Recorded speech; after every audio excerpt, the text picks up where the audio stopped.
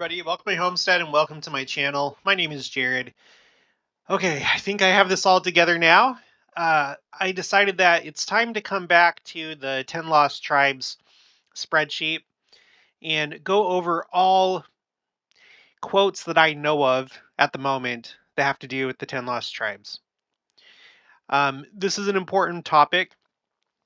It's not critical. There's other things that are critical, like living the gospel, gathering scattered Israel through missionary work, and gathering scattered Israel on the other side of the veil, and things like that. Those are critical.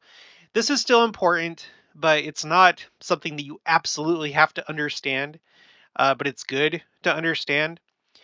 And I have a separate spreadsheet for this because, as you'll remember, I have this quotes A through Z spreadsheet where I go through all these different things: abortion, Abraham, Adam, beyond the mark, David, loss of exaltation, evolution, so on and so forth.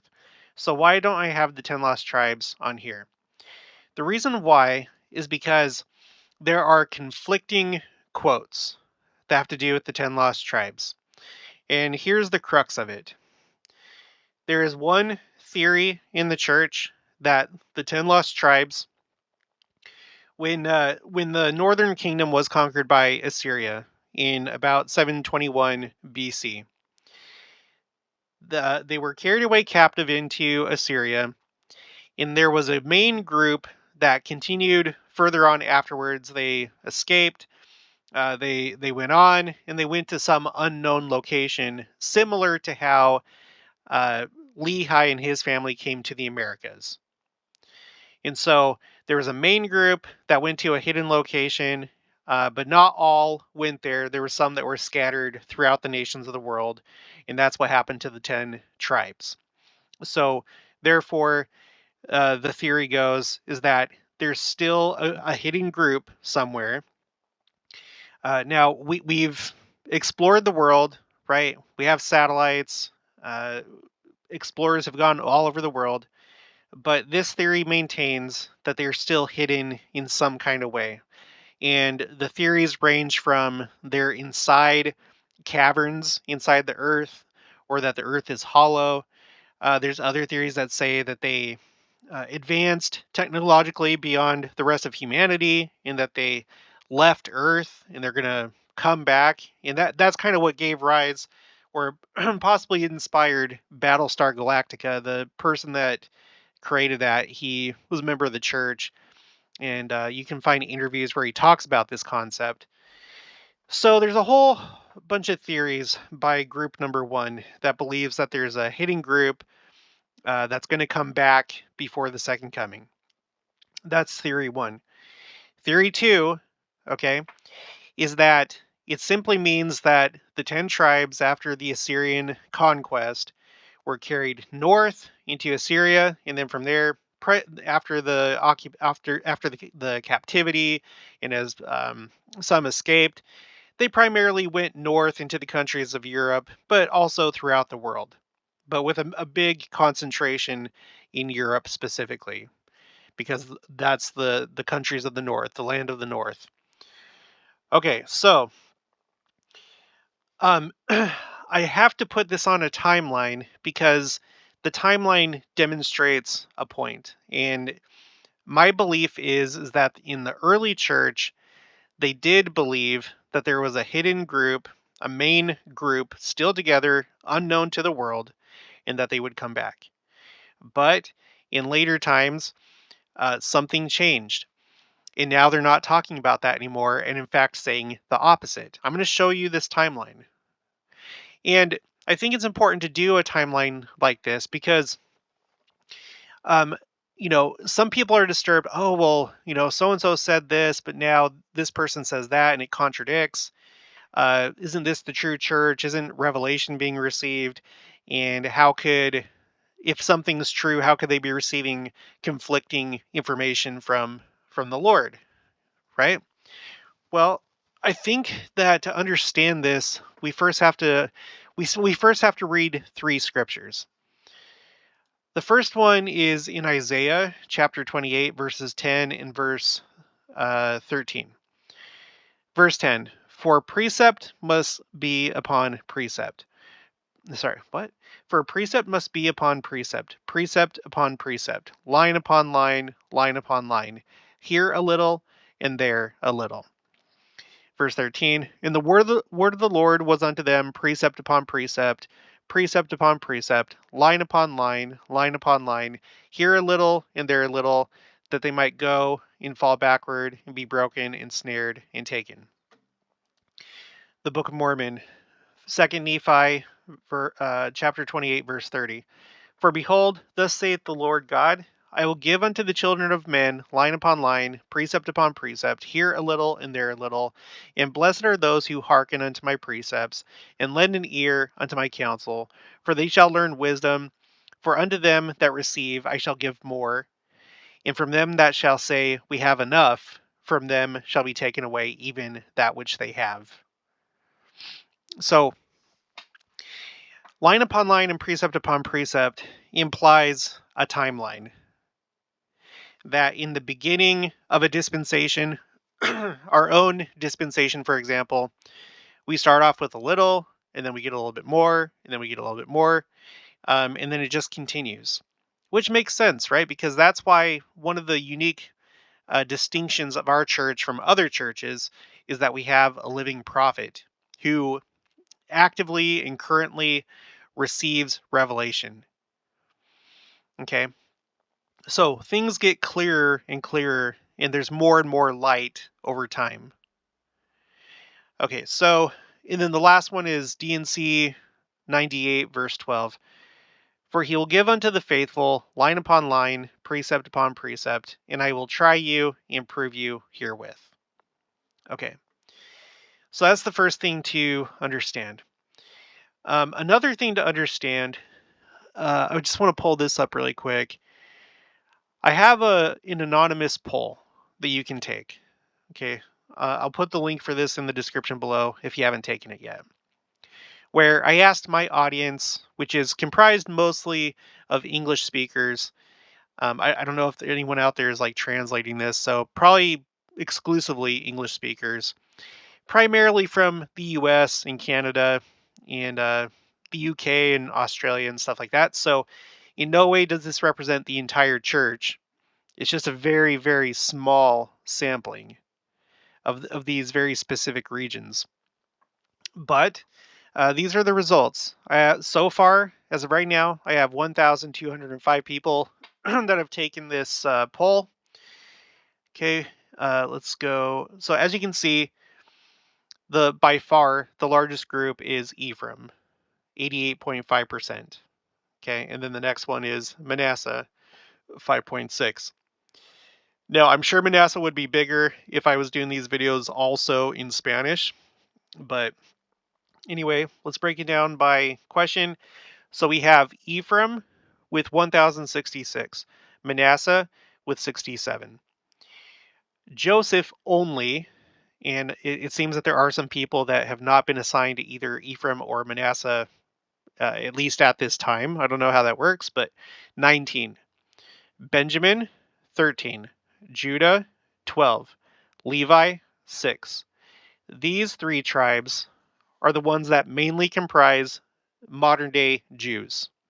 They are descended primarily from Benjamin, Judah, and Levi.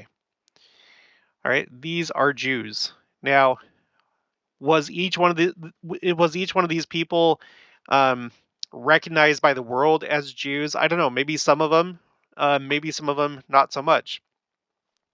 According to like the Jewish definition of what is Jewish, I don't know how many of these people in their family history could say that they're Jews according to the Jewish definition, which is that you're born of a Jewish mother.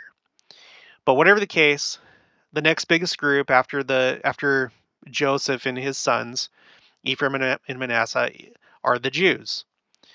After that, there is Abraham, and yes, I didn't know this until I started this channel, but there are some people that are only given lineage through Abraham and not one of the 12 tribes of Israel, which I don't know, but that's just how it is. Okay, Dan with 4, Gad with 3, Asher 3, Reuben 2, Simeon 1, Naphtali 1, Issachar, 1, and Zebulun, 1. So all the tribes, and they are all here, all the tribes are being found. And I wish I had church-wide numbers, but they are here. They are part of my audience. Okay. So with that, let's launch into these quotes. I better zoom out just a little bit. No, not 100%, 150. Okay.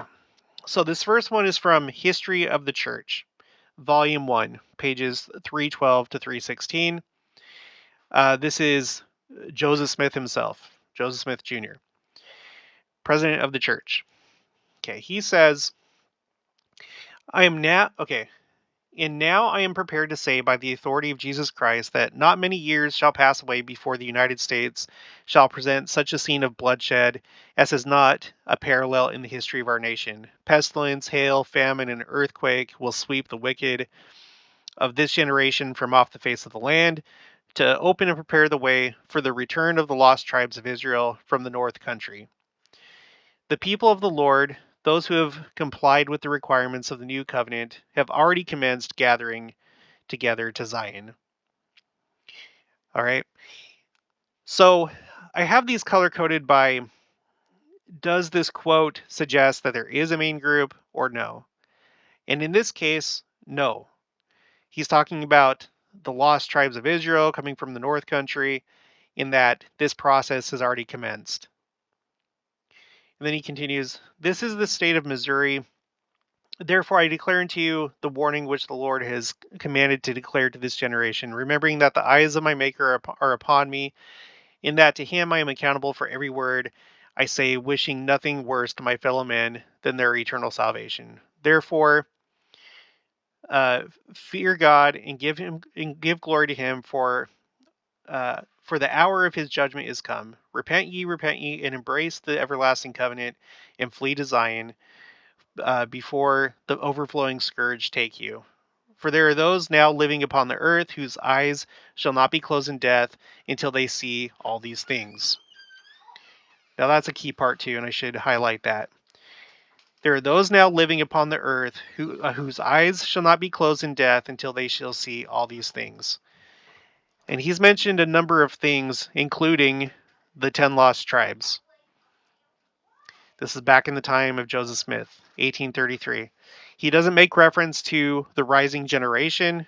In this case, he's talking about those right then living that would not close their eyes in death until they see all these things. And then he continues, which I have spoken, fulfilled. Remember these things, call upon the Lord while he is near, and seek him while he may be found, is the exhortation of your unworthy servant. So just by that, I would say that that's already occurred. The 10 lost tribes at his time or within the lifetime of those that he's speaking to has been fulfilled. Why? Because a lot of them are coming primarily from Europe, the countries of the north. Okay, so that's the first one. So it's color-coded in this red color. The next instance that we come across, and I prefer to stay with general authorities, prophets, and apostles. But in this case, we have this. Okay, so this is an autobiography of Benjamin F. Johnson, not a general authority that I've been able to find out at all. He was just an early church member, but he recorded this in his autobiography. Okay, he says, I can now see, as President George A. Smith afterwards said, that that I was then really the bosom friend and companion of the prophet Joseph. I was as welcome at the mansion as at my own house. And on one occasion, when at a full table of his family and chosen friends, he placed me at his right hand and introduced me as his friend, brother B.F. Johnson, at whose house he sat at a better table than his own. Sometimes when at my house I asked him questions relating to past, present, and future, some of his answers were taken by Brother William Clayton, who was then present with him and are now recorded in the Doctrine and Covenants. The one The one as to what the Lord told him in relation to seeing his face at 85 years of age, and that's referring to the second coming. Also, the one as to the earth becoming as a sea of glass, molten with fire. Other questions were asked when Brother Clayton was not present, one of which I will relate. I asked where the 9.5 tribes of Israel were. Well, said he, you remember the old cauldron of potash kettle you used to boil maple sap in for sugar, don't you? I said yes. Well, said he, they are in the North Pole in a concave, just the shape of that kettle. Okay, and John the Revelator is with them, preparing them for their return. So let me highlight that. Sorry, I haven't visited this spreadsheet for a while. I went through and kind of like cleaned up the references because now I'm putting them in Chicago Manual of Style format, and I'm trying to like whatever. I didn't have the same standards then that I do now, so that's why I'm missing some highlights. Okay, many other things of a public or private nature I might record here, but we'll only note one or two, those pertaining to our own family. Now, on the FAIR website, I should put this on a different color. I just want to show you that other people have thought differently on this. On the FAIR website, it says the problem with this source is that it is late and secondhand. That is, it was not written by Joseph himself, but by someone who heard him say it, and it was written long after the conversation supposedly took place. Sources like these tend to be less than reliable because they are obscured by time and the writer's own personal bias. We also note that the comment was made as a part of conversation with others and not the comment was made as a part of a conversation with others and not as part of a revelation. If Johnson's memory was accurate, there's nothing to distinguish Joseph's comment from idle speculation.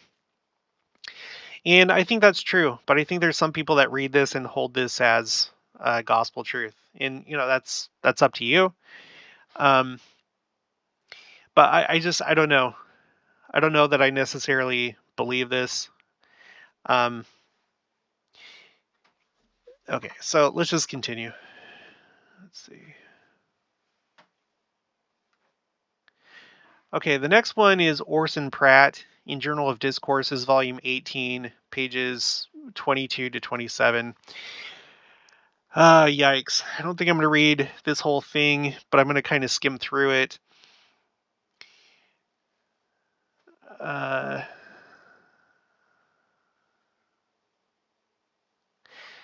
Okay, how long will they who come from the north countries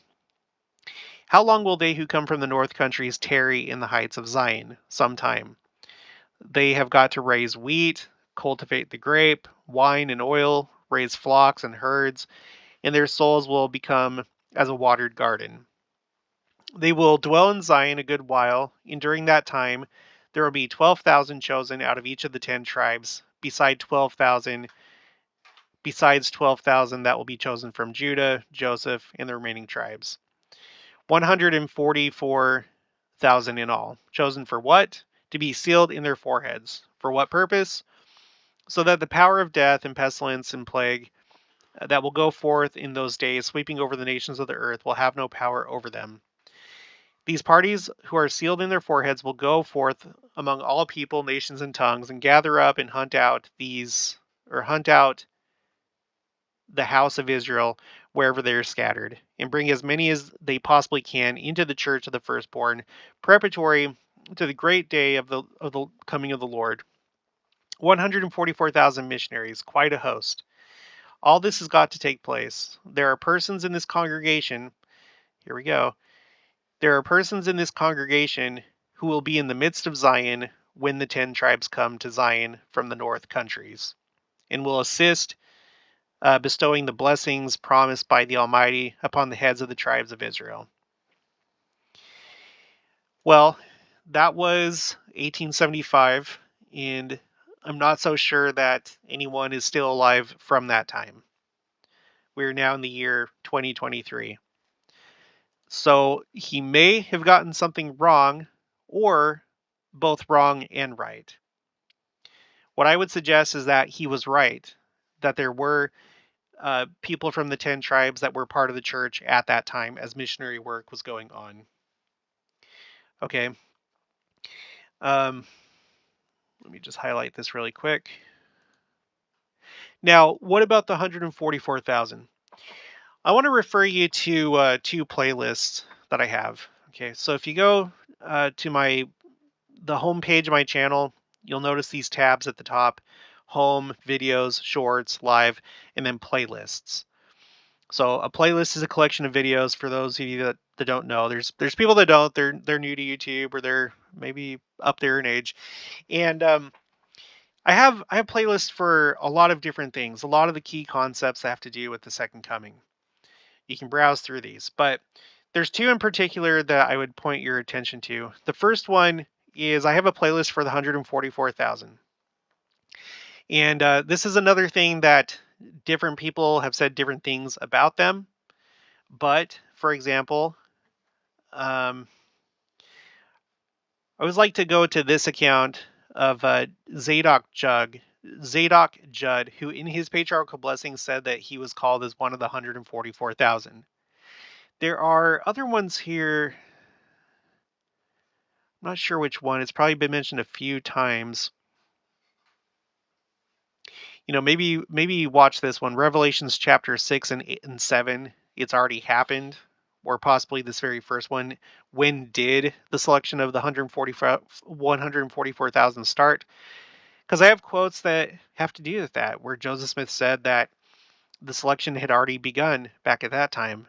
Whereas there's this kind of notion that, well, when the 10 lost tribes come as a main body, a literal 12,000 from each tribe are going to be selected, and then they're going to be these missionaries that are not affected by all these different plagues and disasters and stuff like that. And I don't think that that's right or that it's true, but I'm not going to go over the whole concept of the 144,000 when I have so far 17 videos about it. And then I have another playlist about the 10 lost tribes, which has even more videos, 53. And this one will make it 54 once I post it. So I would encourage you, if you're really interested in this, there's a lot to it. Okay, this isn't just like a whim of mine. I've really looked into it, and I've included both views, those views in favor and opposed, both of them, because you have to take it all. You have to take it all together. You can't just exclude that which you don't like. You have to take it all together and put it together in a meaningful way, like on a timeline, like what we're doing here. So, in any case, I have a few bits of evidence that say that the 144,000 already did, or already were starting to be called back in those days. But if you go through my playlist, there's reason to believe that it's not a literal 144,000 in what it actually means. But anyway, that's beyond the scope of this video. Okay, so there are servants of God in the midst of this congregation who will, he's saying it 2 times, in the midst of this congregation who will lay their hands upon many of each of these 12,000. Chosen out of the 10 tribes, and set them apart as missionaries to visit the nations of the earth and hunt up the remnants of the seed of Jacob. Having spoken concerning the gathering of the 10 tribes, I will refer again to their prophets. Their prophets shall hear his voice. Do not think that we are the only people who will have prophets. God is determined to raise up prophets among the people, but he will not bestow upon them all the fullness of the blessings of the priesthood. Dang. See, it's really long. I wish I,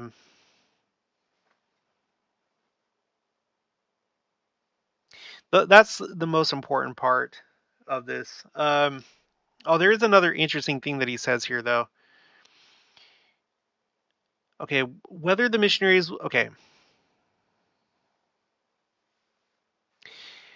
the fullness will be reserved to be given to them after they come to Zion. But prophets will be among them while in the north, and a portion of the priesthood will be there, and John the Revelator will be there, teaching, instructing, and preparing them for this great work. For to him were given the keys of the gathering of Israel, at the time when he ate the little book while on the Isle of Patmos.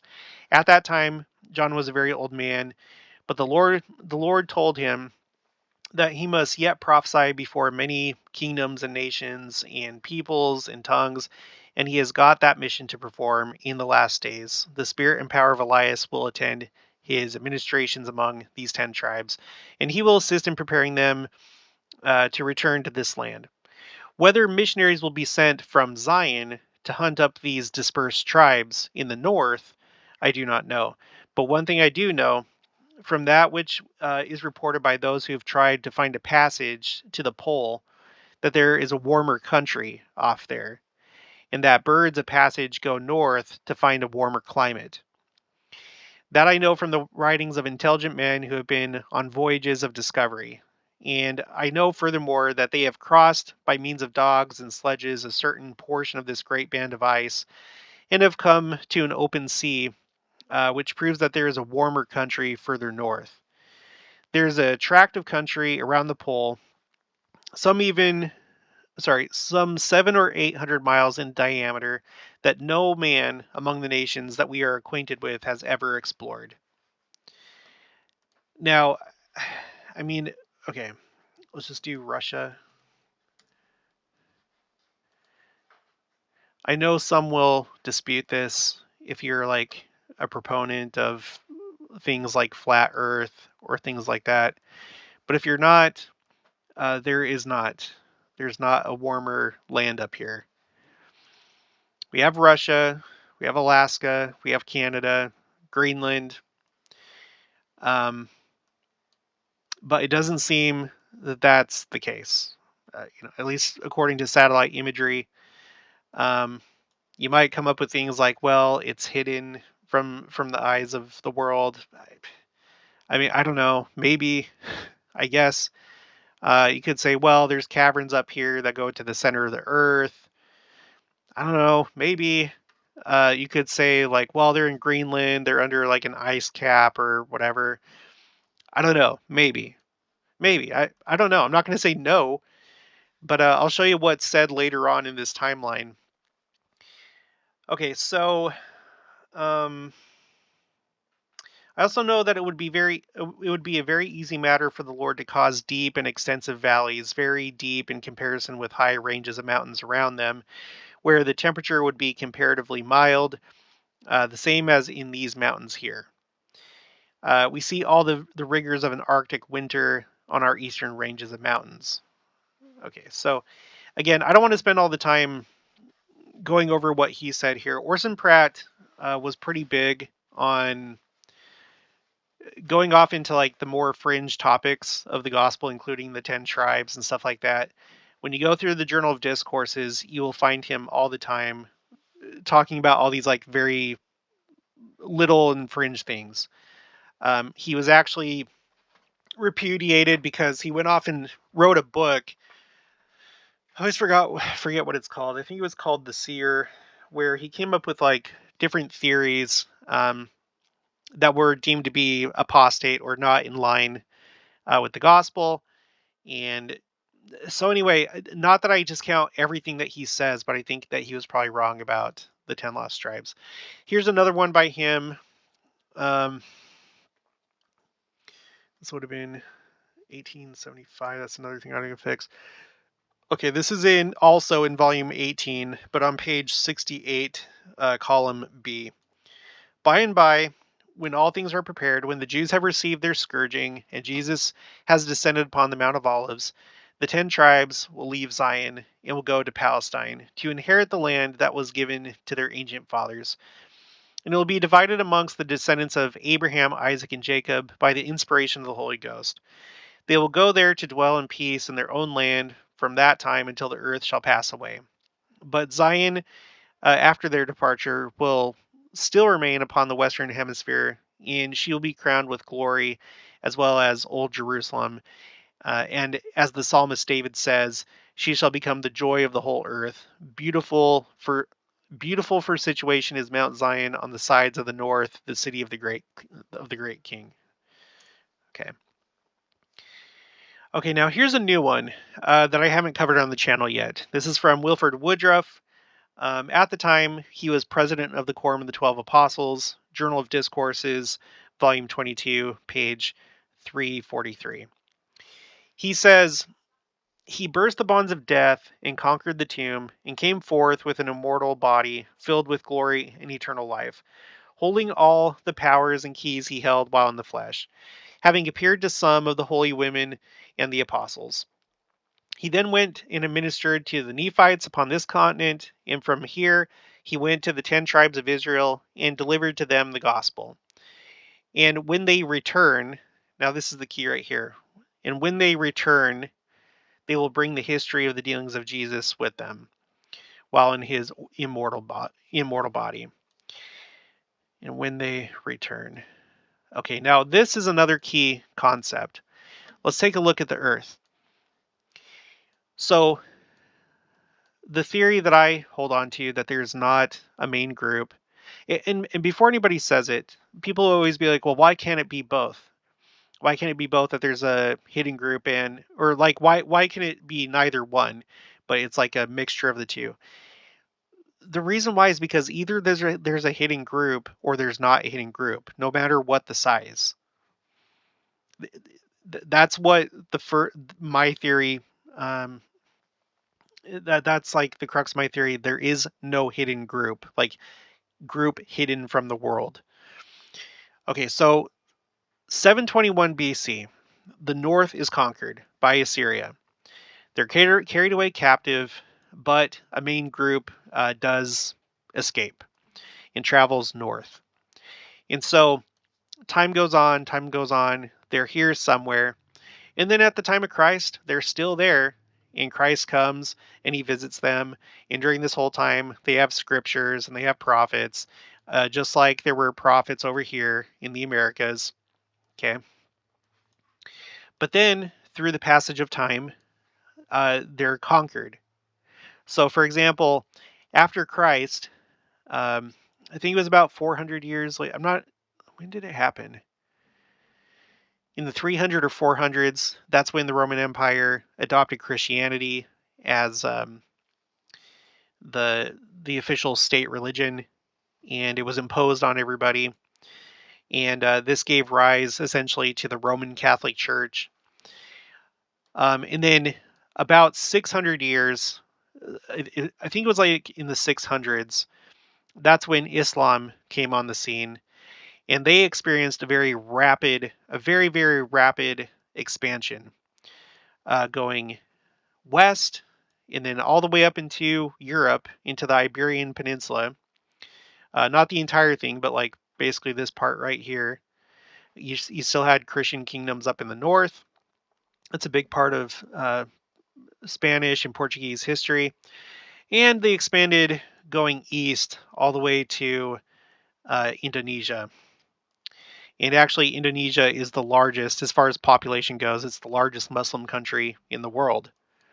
So they expanded really rapidly. So imagine a small group, relative in size, like relatively small compared to the rest of the world population. When you have all these things going on, and so say, for example, that you're in Afghanistan. And I've done videos before about the Pashtuns. This is a group that are it's a tribe in Afghanistan, uh, and they are Muslim, but they hold that they are descended from Israel, and they still have some Jewish practices that are not found in Islam. So I've done a couple of videos about them. There's also a bunch of other groups that claim that they are descended from Israel. Some that were or are in India. For example, the Kochins, that as soon as Israel became a state, within the next like couple years, they all left. They all left India for Israel, and they were recognized as Jews and being from the 10 lost tribes. You have the Bene Manasseh, that I believe they're still. Oh, it's freezing up. I think that there's some of them still in eastern Afghanistan, right over here in near Manipur.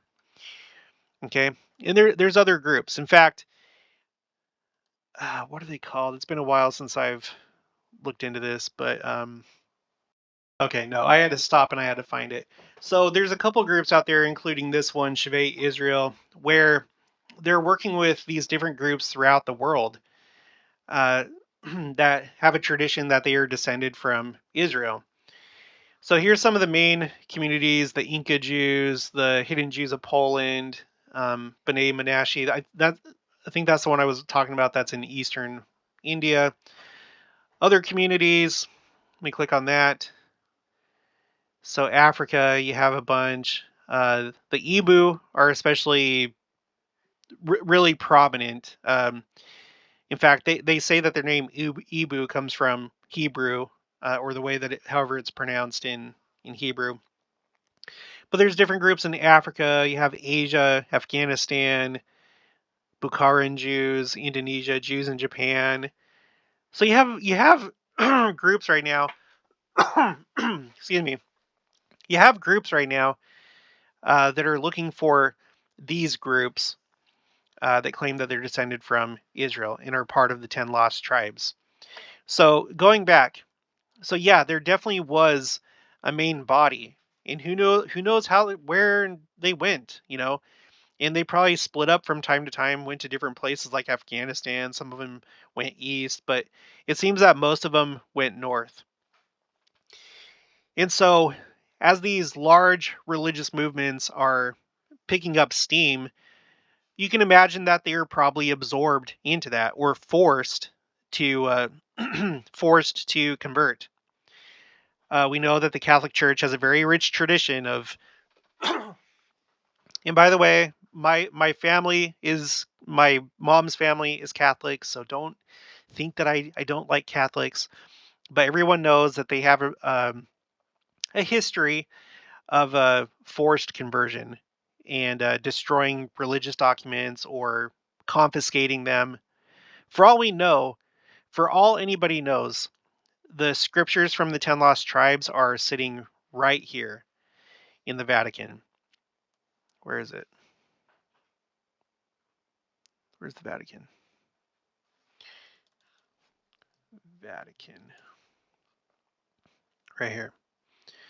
Right, they have like this big archive of different documents and stuff like that. So we may have to wait for the day for those to come to light because they could be right here. Who knows? Or they could be in a cave somewhere, hidden because they knew that they were going to soon be completely conquered by Catholicism or some other group, maybe Islam. Maybe they were in Turkey, for example, and Islam comes up here, and so they hid those records and they were forced to convert to Islam, something like that. So there's no dispute that there was a main group that Christ came to and that he visited. What's in dispute is that they are still together as a homogenous hidden group somewhere. All right, so going back here, so that was Wilford Woodruff. This was a new quote that I just added. I'm going to unhighlight it. Go up, up, up. Okay, here we go. Now we are at James E. Talmage, 1916. So both in the April and the October General Conference, he had something to say about the 10 lost tribes. So starting in April, he says, there's a tendency among men to explain away what they don't wish to understand in literal simplicity. Sorry, when I copy it over from archive.org, sometimes it doesn't copy over, so I'm going to have to make some corrections as I go. And I would agree that that's true. But we also do know that there are symbolic things, there's metaphorical things, but I would agree because there's people that tend to think that the second coming isn't going to happen, for example, or that there's not going to be a temple in Jerusalem again or things like that. Those are literal, but I think there is a line where it's like, well, this over here, this may be understood. It's going to happen, but maybe not in the way that we think. But I would generally agree with this, and I'm going to highlight that. And we as Latter-day Saints are not entirely free from the taint of that tendency. Prophecies that have not yet been fulfilled are by many of us made the subjects of hypothesis, in theory and strained interpretation. We read that one of the characteristic signs to precede the second advent of Christ shall be the bringing forth of the tribes that have been lost to history, led away where men have not yet found them. Let me highlight this so I can reference it in the future. The tribes that have been lost to history led away where men have not yet found them. Okay, highlight that. And we are told that they shall bring forth with a strong hand by the power of God, and shall come unto Zion and receive their blessings at the hands of Ephraim. But some people say that prediction. But some people say that prediction is to. Gosh, but some people say that prediction is to be explained in this way. A gathering is in progress and has been in progress from the early days of the church, and thus the lost tribes are now being gathered. But that we are not to look for the return of any body of people now unknown as to their whereabouts. True, the gathering is in progress. This is a gathering dispensation, but the prophecy stands that the tribes shall be brought forth from their hiding place, bringing their scriptures with them, which scriptures shall become one with the scriptures of the Jews, the Holy Bible, and with the scriptures of the Nephites, the Book of Mormon, and with the scriptures of the Latter-day Saints as embodied in the volumes of modern Revelation. Okay, so that's a new one. Okay, then in the October General Conference, he says, as the result of combined labors of wise men, I learned that man is but the developed offspring of the beast, and yet I read that God created man in his own image, after his likeness, and again I stand on the word of God, though it be in contradiction to the theories of men. This spirit of misconstruction, this attempt to explain away the sure word of prophecy, the indisputable word of revelation, is manifest even amongst our own people. There are those who would juggle with the predictions of the Lord's prophets. I read that in the last days, one of the conditions preceding the return of Christ to earth will be the gathering of the Jews at their ancient capital, which shortly came to pass just 3 decades after he said this. I read that the last days, one of the conditions preceding the return of Christ to earth shall be the gathering of the Jews to their ancient capital and in the land round about, and that another sign shall be the gathering of the people who have been scattered among the nations. And yet another shall be the bringing forth of the lost tribes from the hiding place, which is known to God, but unknown to man. Nevertheless, I have found elders in Israel who would tell me that the predictions relating to the lost tribes are to be explained in this figurative manner, that the gathering of those tribes is already well advanced, in that there is no hiding place whereunto God has led them, from which they shall come forth, led by their prophets, to receive their blessings here at the hands of gathered Ephraim, the gathered portions that have been scattered among the nations. Yea, let God be true, and doubt not his word, though it makes the opinions of men appear to be lies. The tribe shall come, they are not lost unto the Lord. They shall be brought forth as has been predicted. And I say unto you that there are those now living, aye, some here present, who shall live to read the records of the lost tribes of Israel. Okay, so this was said back in 1916. It is now 2023. So it could still be true if there's anybody that's 107 years old, because that's how old they would be right now if they were born in 1916. So I don't know. It's possible, 107, but this similar thing was said by Orson Pratt even longer ago than that. And I say unto you, there are those now living, aye, some here present, who shall live to read the records of the lost tribes of Israel, which shall be made one with the record of the Jews, or the Holy Bible, and the record of the Nephites, or the Book of Mormon, even as the Lord hath predicted. In those records which the tribes lost to man, but yet to be found again, shall tell of the visit of the resurrected Christ to them, after he had manifested himself to the Nephites upon this continent. For as not one jot or tittle of the law has been permitted to fail, so surely no jot or tittle of the gospel shall go unfilled. And I agree, but I think that there was probably a misunderstanding of this very prophecy. Not that things won't happen in a literal way, but maybe there's a misunderstanding of the prophecy itself and how it would be fulfilled. Okay, we also have James E. Talmage. This is Articles of Faith. 1919 is the year. He says, the lost tribes, as already stated, in the division of the Israelites after the death of Solomon, 10 tribes established themselves as an independent kingdom. The kingdom of Israel, was terminated as far as history is concerned by the Assyrian captivity, 721 BC. The people were led into Assyria and later dispersed so completely that they have been called the lost tribes. They seem to have departed from Assyria, and while we lack the definite information as to their final destination and present location, so let's see, as to their present destination and present location, let me highlight that. There is abundant evidence that their journey was toward the north.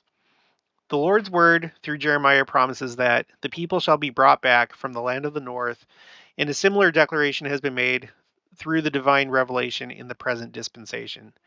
In the writings of Esdras, or Ezra, which, however, are not included among the canonical books of the Bible, but are known as apocryphal, we find references to the northbound migration of the 10 tribes, which they undertook in accordance with a plan to escape the heathen by going to a farther country where never man dwelt, that they might keep their statutes, which they never kept in their own land.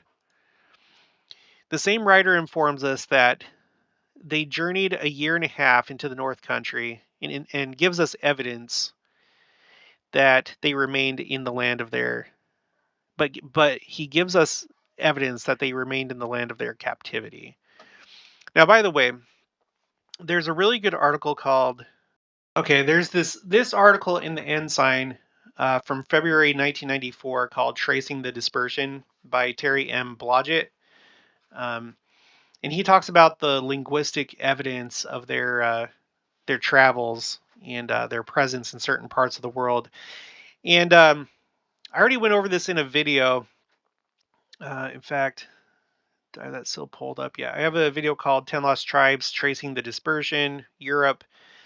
And in a nutshell, he just says how there's a lot of towns and cities and regions, even to this day, that seem to have a Hebrew origin and Hebrew names, and suggests that the main group came up here between the Black Sea and the Caspian Sea, and were on the north shores. I think primarily, if I remember right, north of the Black Sea, and then in other places in Europe, and how it seems that Hebrew essentially diffused into other languages in Europe, especially the Germanic languages, including English. So anyway, I would point you to that. Or just watch the video or read it and do both, whatever you want to do. But anyway, the resurrected Christ, while ministering among the Nephites on this hemisphere, specifically mentioned the other tribes of the house of Israel, whom the Father hath led away out of the land. And again, he referred to them as other sheep which are not of this land, neither of the land of Jerusalem, neither in any parts of the land round about, whither I have been to minister. Christ announced a commandment of the Father that he should reveal himself to them. The present location of the lost tribes has not been revealed. And then later in the book, in like the appendix or a section of the book like that. It says, the journeyings, let me correct that. The journeyings of the lost tribes. Esdras, whose book, as stated in the text, are classified among the Apocrypha, describes a vision in the course of which the 10 tribes are noticed in this way. Quote, those are the tribes which were carried away captives out of their own land in the time of Oseas, or Hosea, the king, whom Shalmaneser, the king of the Assyrians, took captive and crossed them beyond the river. So were they brought into another land. But they took counsel to themselves that they would leave the multitude of the heathen and go forth into a further country where never man dwelt, that they there might keep the statutes which they never kept in their own land. And they entered into a narrow passage of the Euphrates River, the river Euphrates. Gosh, for the Most High then showed them signs and stayed the springs of the flood till they were passed over. For though the country there was a great journey, even a year and a half, and the same region is called Arsareth, or Arara, then dwelt they there until the latter time. And when they come forth again, the Most High shall hold the springs of the river again, that they may go through. Okay, so 2 Esdras 13.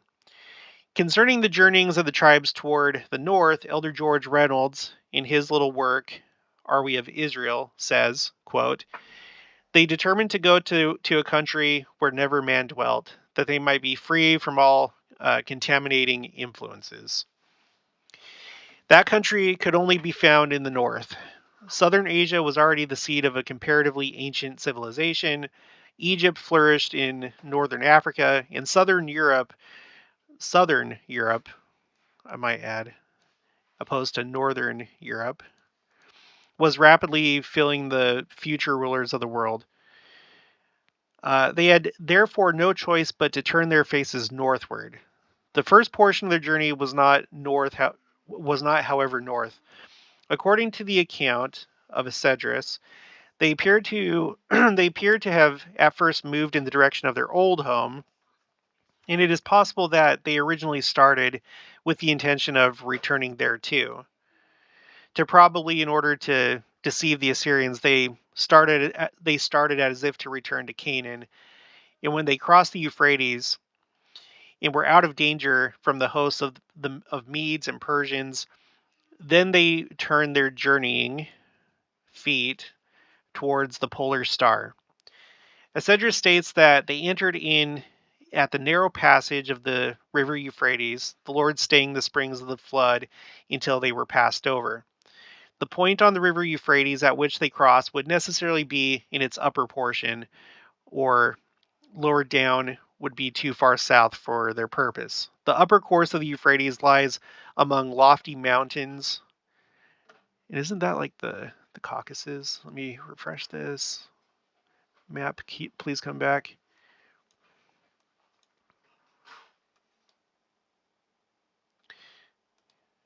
I'm going to go here. Euphrates River.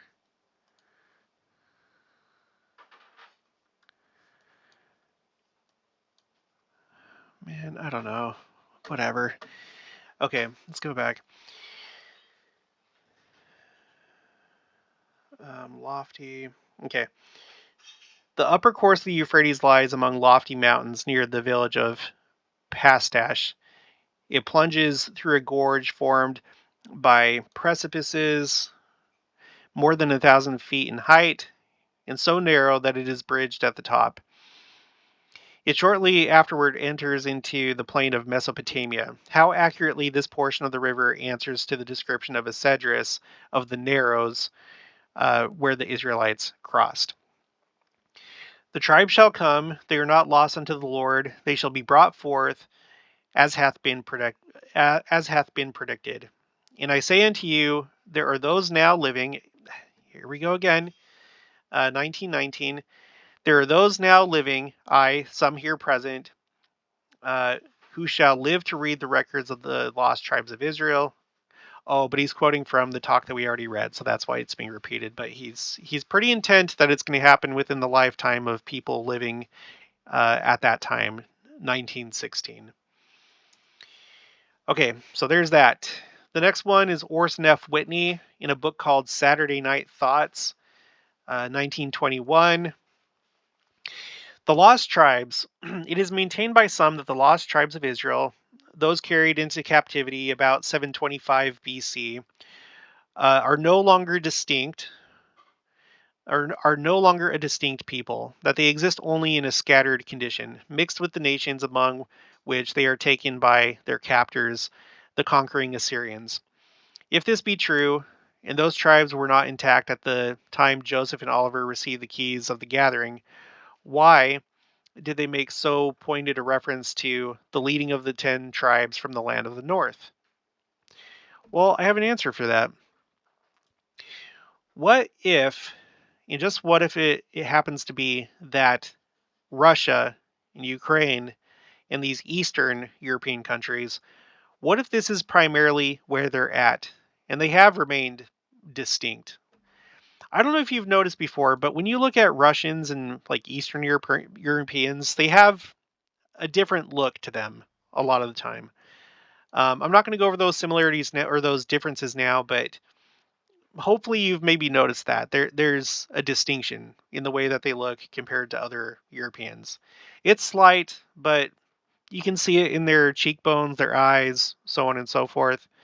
And furthermore, especially in recent times, this part of the world has been locked, like locked to the outside world because of communism and things like that. It has not been historically a very friendly place for the church to go into. The church has been able to go ahead and go into Western Europe and really all over the world. But until recently, it's been really hard to get into Russia, Ukraine, Belarus, because of the Soviet Union and communism, which is no longer around.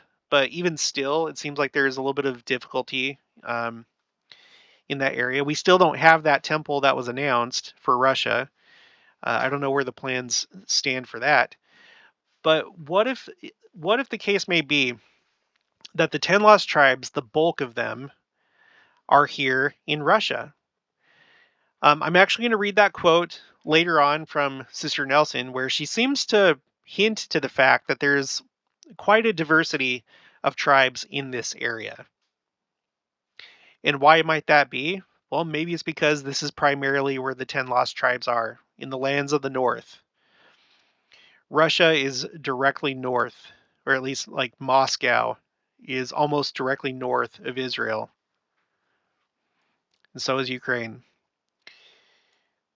So what if it's just as simple as that? That they would remain kind of locked there until a certain time when the Soviet Union falls, and now the church is in Russia. In fact, let me see something really quick. Uh, LDS missionary work Russia.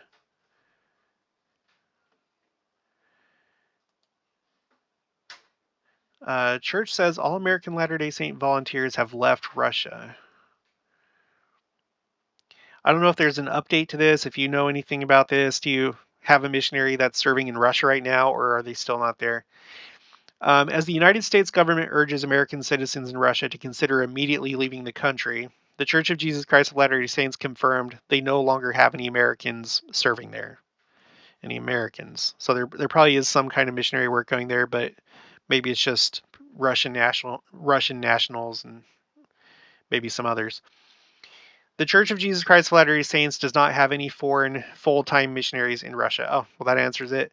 I can confirm that as of mid-February, approximately 50 young volunteers have taken assignments outside of Russia, given the recent recommendation of many foreign governments advising against travel to Russia, said church spokesman Sam Penrod in a statement to KUTV2 News Sunday evening. Missionaries in Russia have been referred to as quote-unquote volunteers since 2016, after a law was passed that passed in that country limiting religious proselyting. So maybe that's an answer to this question. Why did they make so pointed a reference to the leading of the 10 tribes from the land of the north? Maybe it's because it's a separate group that's going to be less accessible until a certain time comes, namely the fall of the Soviet Union. Continuing, this too after a general allusion to the gathering of Israel from the four parts of the earth. What need to particularize as to those 10 tribes if they were no longer a distinct people? And why do our articles of faith give those tribes a special mention? Well, I will say that Russia has been a power player in recent times. They've always been different from the rest of Europe. They always have. You know, that's why you have this concept of the West and the East. And Russia isn't typically seen as a Western country, is it? It's distinct. It's different. And they were a superpower for much of the 20th century. Maybe that's why. The highway, Isaiah's reference to the highway points directly to the lost tribes.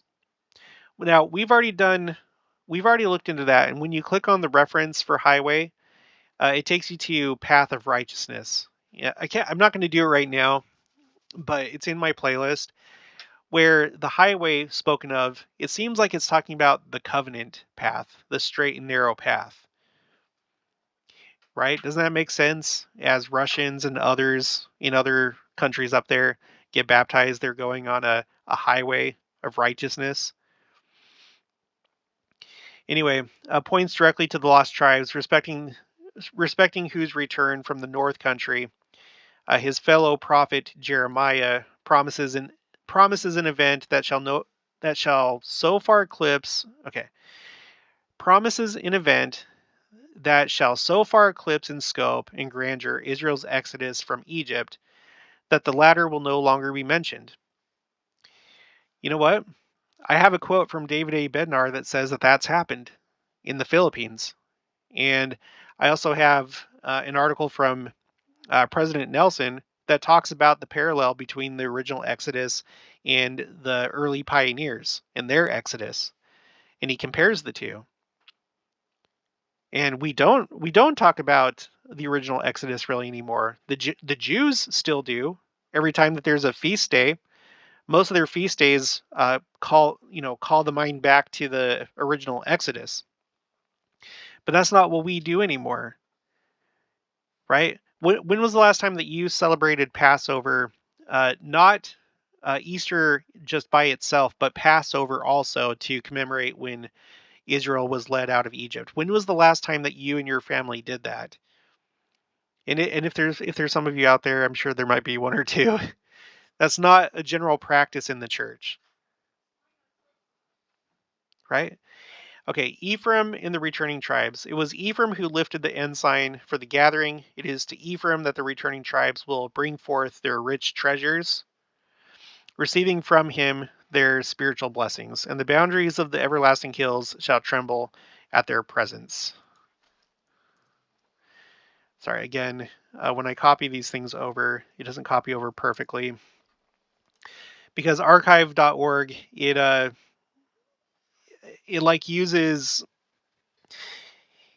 scans the page because it's like scanned books. And so there's an algorithm that scans the words, and most of the time it's right when it like transcribes it, but not always. So that's why there's sometimes some mess ups like that. Okay, so that was 1921. Okay, 1931, Joseph Fielding Smith, at this time of the Quorum of the 12 Apostles, in a book called The Way to Perfection. The 10 tribes were taken by force out of the land the Lord gave to them. Many of them mixed with the peoples among whom they were scattered. A large portion, however, departed in one body into the north and disappeared from the rest of the world. Where they went and where they are, we do not know. That they are intact, we must believe. Else, how how shall the scriptures be fulfilled? There are too many prophecies concerning them and their return in a body for us to ignore this fact.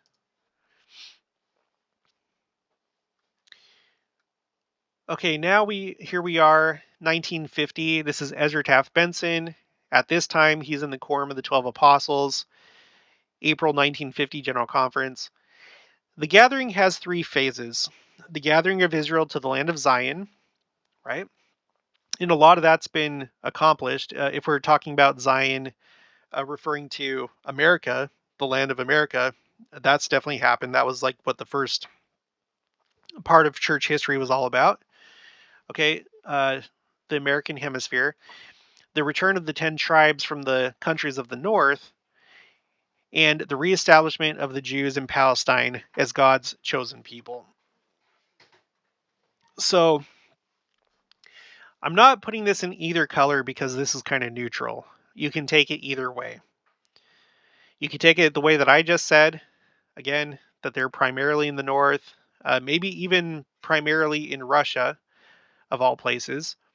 And so, yeah, so first you have the gathering to the American Zion, which has definitely taken place, and continues to take place, but it's no longer a matter of immigration like we've read many times before. And by this point, we have gone into Russia and in the former Soviet Union, the states of the former Soviet Union. And the Jews are being reestablished in Palestine as we speak. It's an ongoing process, but it started primarily in 1948 when Israel became a country. Okay, Joseph Fielding Smith of the Quorum of the 12 Apostles, 1952, in a book called The Signs of the Times. He says, whether these tribes are in the north or not, I am not prepared to say. As I said before, they are lost until the Lord wishes it. They will not be found. All that I know about is what the Lord has revealed, and he declares that they will come from the north. He has made it very clear and definite that these lost people are separate and apart from the scattered Israelites now being gathered out. I want to highlight that. Are separate and apart.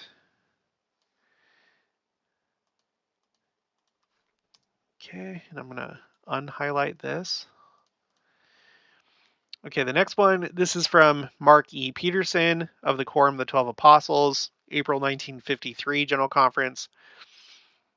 I do not believe we should accept the current views that the lost 10 tribes have been found in the northern nations of Europe, or that they have been named, indexed, and classified. All right. 1958, Elder Spencer W. Kimball of the Quorum of the 12 Apostles, who would later become president of the church. October 1959.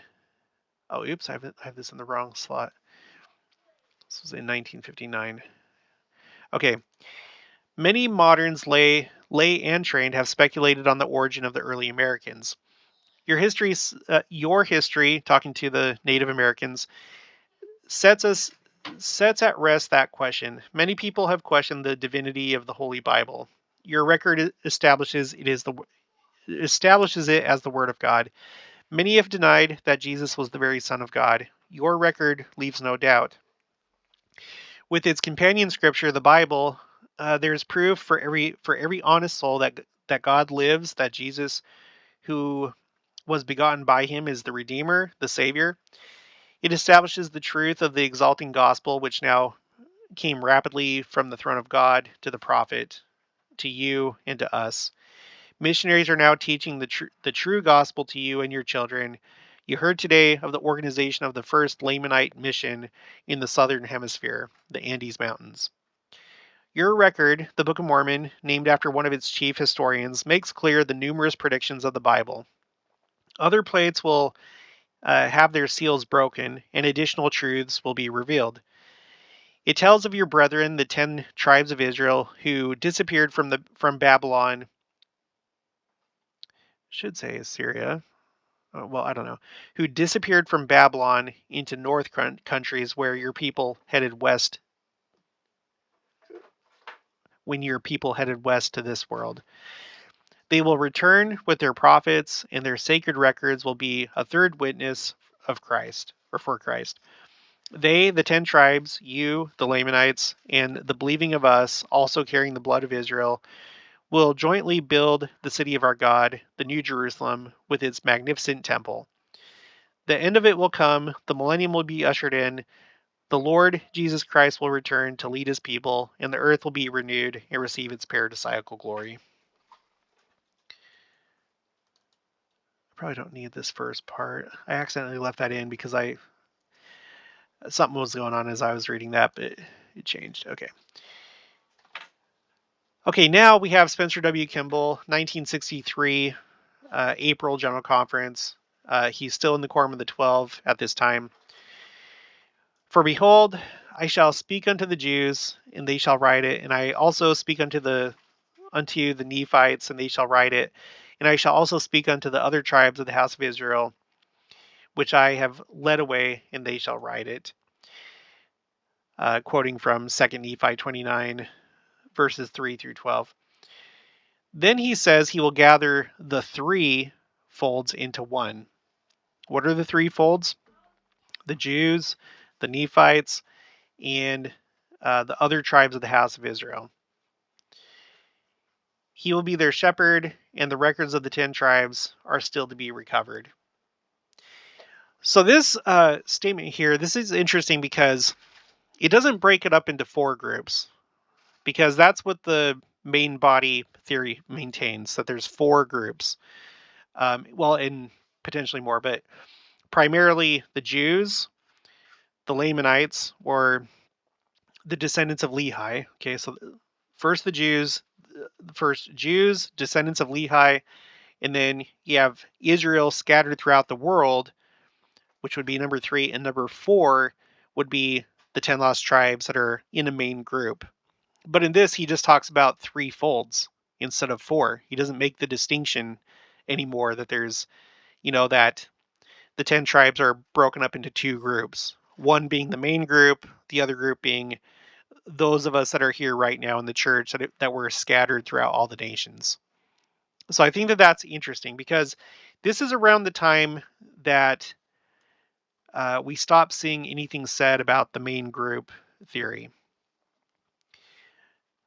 This one could be more on the neutral side. You may argue against that, but the fact remains he didn't say 4, he said 3, and he didn't make any distinction between scattered Israel and the 10 tribes in a main body. Okay, we have William J. Critchlow Jr., assistant to the Council of the 12, October General Conference 1967. My children, surely some of my grandchildren, will be involved in this act's closing scenes. I call upon them and all of you to put on the whole armor of God, that ye may be able to stand against the wiles of the devil. Some of my grandchildren may witness the return of the lost 10 tribes. Some of them may be around when ancient Enoch and his people return. One might even be bidden to Adam-ondi-Ahman to sit with Adam in another great council. Right? And I should have highlighted this. This is new. That was a new one. Okay. Now, starting in 1971, from this point forward, everything changes and it's no longer all about the 10 lost tribes being a main group. So first we have LeGrand Richards of the Quorum of the 12 Apostles, 1971, April General Conference. Okay, now these are some of the questions. These are some of the scriptures that were cited earlier in previous quotes, and he uses it in a completely different way. Let me show you. Jeremiah saw the day when it should no longer be said, "The Lord liveth that brought up the children of Israel out of the land of Egypt," but "The Lord liveth that brought up the children of Israel from the land of the north, and from all the lands whither he hath driven them." Just contemplate that statement for a few moments. Think how the Jews and the Christians all through these past centuries have praised the Lord for his great hand of deliverance under the hands of Moses when he led Israel out of captivity. And yet here comes Jeremiah with his word of the holy prophet telling us that in the latter days they shall no more remember that, but how God has gathered scattered Israel from the lands whither he hath driven them. And Jeremiah saw the day when the Lord would do this very thing, when he would call for many fishers and many hunters, because I've heard people say that the fishers are the missionaries of right now, and the hunters are going to be the 144,000 because they're going to be performing super missions because they'll be immune to the plagues and disasters in the world. And they shall hunt them from every mountain and from every hill and out of the holes of the rocks. From Jeremiah 16:16. Where do you find those fishers and hunters that we read about in this great prophecy in Jeremiah? They are these 14,000 missionaries of this church. So, not the 144,000, right? They are these 14,000 missionaries of this church, and those who have preceded them from the time of Joseph Smith, from the time that the prophet Joseph Smith received the truth and sent the messengers out to share it with the world. Thus have they gone out fishing and hunting and gathering from the hills and the mountains and the holes in the rocks. I think that is more literal than some of us think. When I was president of the Southern States Mission, I remember going to a conference down in West Florida. It seemed to me as if we traveled 100 miles and never saw a house. And when we arrived at one of those little chapels, there it was filled with 250 people. And I said, if you didn't come out of the holes in the rocks, I don't know where you came from. the Lord may know, but I don't.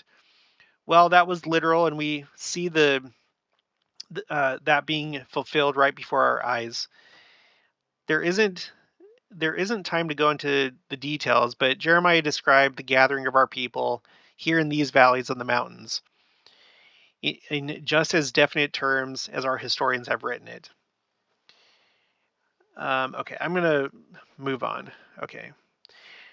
There's a couple other ones by LeGrand Richards, 1974, 1975, 1981. They're all very similar. I'm just going to read the highlighted parts. Where could you go in all the world to listen to the pastors after their own heart, like you've heard here in this conference? They are called of God and ordained. They are the pastors that he spoke of. Through Jeremiah, the Lord said, behold, I will send for many fishers, saith the Lord, and they shall fish them, and I will send for many hunters, and they shall hunt them from every mountain and from every hill and out of the holes of the rocks. That is what we have been doing. And then later he says, that accounts for many of you being at this conference that is being held here today. So he's taking scriptures that people use to exclusively refer to the 10 lost tribes, and he's saying that this is happening here and now, that these missionaries and you that have been gathered are those people that these scriptures are referring to. Again, he says, this is 1975, that is what the Lord has been doing with his people ever since the organization of this church. And now that we are able to carry stakes and temples to them, they are gathered to the stakes of Zion. I have that just because there's people that think that the entire church has to go to Independence, Missouri. And that's not true. But anyway, in this one, he talks about, at this point, the 21,000 missionaries, and that those are the ones referred to in Jeremiah.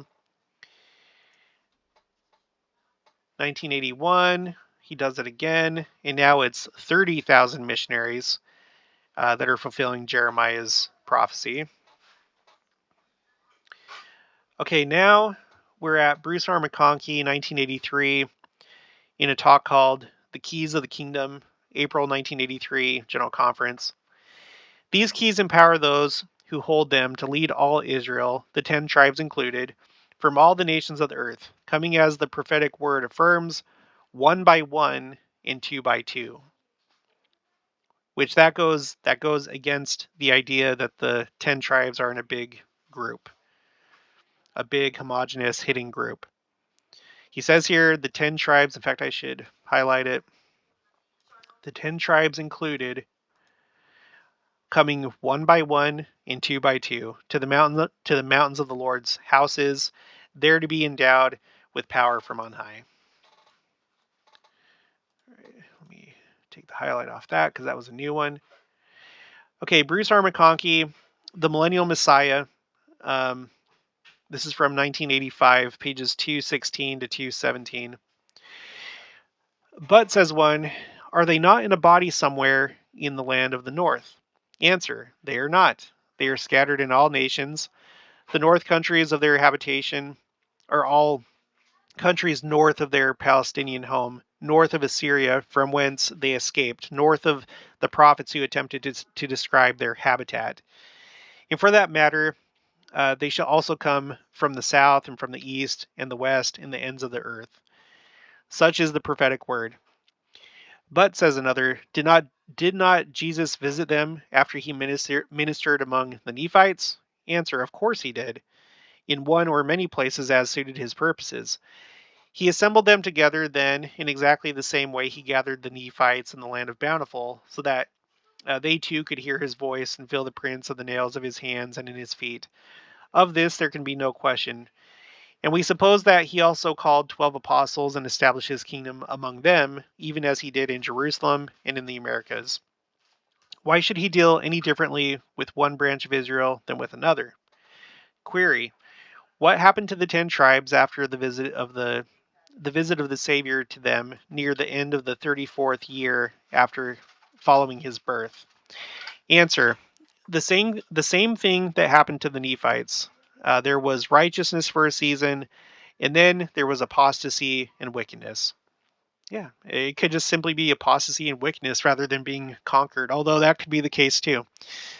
Be it remembered that darkness was destined to cover the earth, all of it, before the day of restoration. And the restored gospel has to go to every nation and kindred and tongue and people upon the face of the whole earth, including the 10 tribes of Israel. But, says another, what about their scriptures? Will they not bring them when they return? Answer, yes. They will include, Answer, yes. They will bring the Book of Mormon and the Bible, both of which were written to them and must be received before they gather. And further, as we devoutly hope, they will have other records that will give an account of the ministry of the resurrected Lord among them, records that will come forth in a marvelous manner at the direction of the President of the Church of Jesus Christ of Latter-day Saints, who is a revelator and a translator, and who holds the keys of the kingdom of God on earth and pertaining to all men, the 10 tribes included. And finally, says another, and again, there's something really interesting that Dallin H. Oakes says about the coming forth of those scriptures, how they may come forth. We just talked about how, what if there's some group like the Vatican that confiscated them? What if they're hidden somewhere? Well, we're going to read some more about that a little bit later.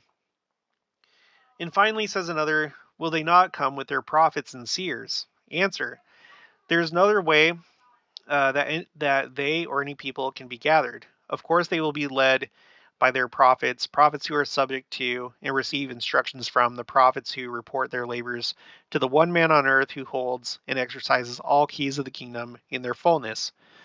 Did not Paul say that the spirits of the prophets are subject to the prophets, and that God is not the author of confusion? The Lord's house is a house of order. It has only one head at one time. Christ is not divided in this day when the head of the church can communicate with all men on earth. There is no longer any need for one kingdom in Jerusalem and another in Bountiful and others in whatever place or places the 10 tribes were when Jesus visited them. This is the promised day when there shall be one God, one shepherd, one prophet, one gospel, one church, and one kingdom for all the earth. This is the day when one man shall direct all the Lord's work in all the earth. The day when he shall bring all Israel into one fold. The day when one man shall give an account of his stewardship over all the earth at Adam-on-Diamond, just before the great day of the Lord arrives. All right, so Bruce R. McConkie just flatly rejects what was said before and has a different answer. And when I say Bruce R. McConkie, I don't talk about him personally. I think that the leaders of the church in the early days. We have to go back to these scriptures. Okay? I will give unto the children of men line upon line, precept upon precept, here a little and there a little. Right? I think the early church probably believed, using their best interpretation, they probably believed that there was a main group hidden somewhere.